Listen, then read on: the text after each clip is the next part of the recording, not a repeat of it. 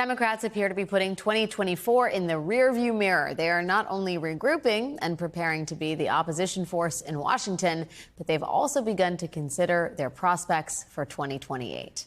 Joining me now is Mark Leibovich, staff writer at The Atlantic. Mark, it's a pleasure to have you here in the middle of the holiday season. Thank you, my friend, in advance. Before this segment started, we were playing some of the greatest hits reel from my interviews with Gavin Newsom and Gretchen Whitmer, two very popular Democratic governors. And I wonder, as Democrats think about a ticket in 2028, what their posture in the 2024 election has told you about or tells you about their ambitions potentially in the 2028 election. Yeah, I mean, what was interesting, I watched the clip, and of course, I watch old segments of Alex Wagner tonight all the time at home, so I'm well prepared. But clearly, I mean, what was interesting about both of those segments is both Newsom and Whitmer in their own ways have confronted the other side in very direct or, unwanted ways in the course of Whitmer. I mean, Newsom has been very frontal about going on Fox News, about talking about how important it is to talk to the other side, and Whitmer has done the same. What's interesting, though, about both those interviews is they occurred before the election. I thought it was interesting to hear Whitmer say, I admire the work Gavin has done on behalf of President Biden and Vice President Harris, and then I looked at the date and I saw it was right in that little awkward interregnum period. So, look, I do think since the election there has been I wouldn't say retrenchment, but certainly people are trying to find out where they are on this, and I think clearly both Newsom and Whitmer, both are probably, they're probably in their last terms as governor of their respective states, or they are, and I think they're probably both going to be seen as candidates, and I think they're trying to figure out what their message is going to be. And they both resolutely did not want the job of Kamala Harris's running mate. Not that it was necessarily offered to them, but they came out pretty clearly as being uninterested, right? I mean, during 2024, and I wonder if you read anything into that. I mean, I read into it saying that they probably weren't going to get it anyway, especially Newsom being from the same state. So there is that. But no, listen, I think I don't know, the specifics about who actually turned down offers or real interest in Kamala Harris's running mate position.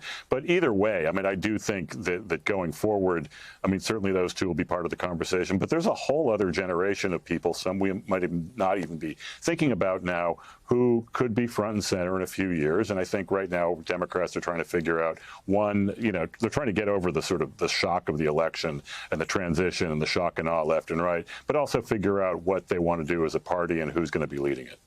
Do you, as we mentioned, Kamala Harris, vice president, outgoing vice president, Politico is reporting that privately the vice president has been instructing advisors and allies to keep her options open, whether for a possible 2028 presidential run or even to run for governor in her home state of California in 2 years. Governor Newsom will be term limited out. What do you make of that, Mark? I think it's usually a rule of thumb that politicians will want to keep options open. I don't, I would think that look, I don't think Kamala Harris ran a bad race at all. I think it was a very tough environment. I think President Biden put her in a very tough position. Whether just the sort of stain of being defeated by Donald Trump in the most recent election would disqualify her for running again, you would think would be the case. But I do think that I think she clearly wants to be part of the conversation when she leaves Washington in January, and I think, I think we'll see what she does. I think governor might be a more realistic office for her to run for, but we'll see. What do you think of? You're a creature of Washington, and I don't say that derogatorily, in a derogatory fashion. But, as you think about where the party's headed, I wonder how much you read into these kind of House battles for ranking committee chairs. Jerry Connolly, who is an older representative from Virginia. He argues he made it a blue state. He beat out Alexandria Ocasio-Cortez for the top spot for Democrats on the Oversight Committee by a healthy margin. I think 131 votes to 84. Do you read anything into that about the Democrats' appetite for the next generation or their appetite for a kind of more of a partisan brawler, as it were? Yeah.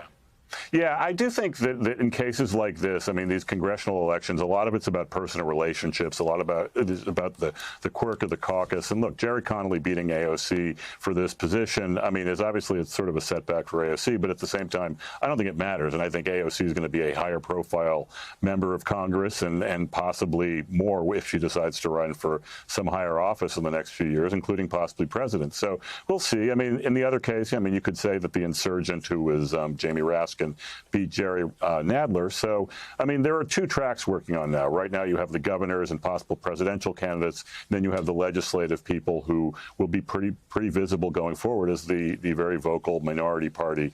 But Donald Trump is obviously going to make them very visible. And also the spread is very, very narrow at this point.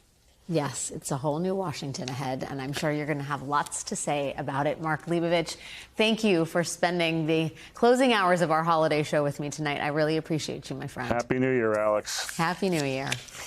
That is our show for tonight. Have a great evening, and thank you again for spending a little of your holiday season with us. We appreciate you.